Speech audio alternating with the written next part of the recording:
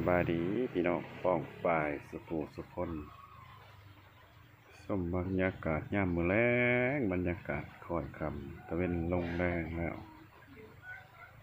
พ้นก็ยิบแล้วพี่น้องมานะส้มเขาเกือบจะบ่เห็นห่วงหมดละมันมืดแล้วเนี่ย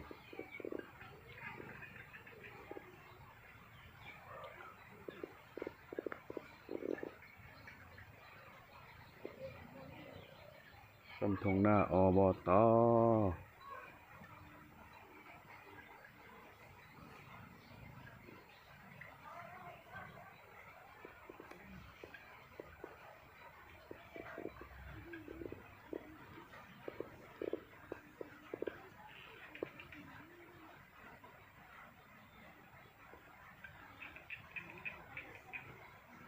เสียงเขียนแอ๊ก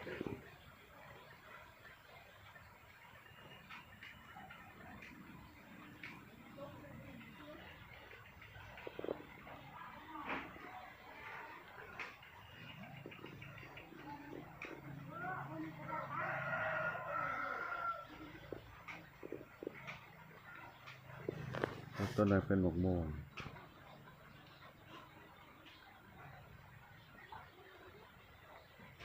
ม่วงเบา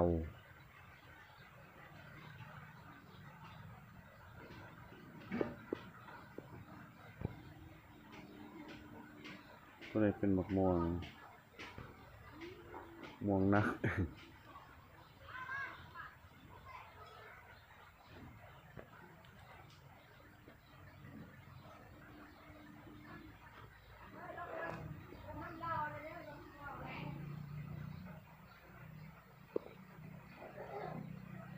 ก็ขอบอกขอบใจพี่น้อง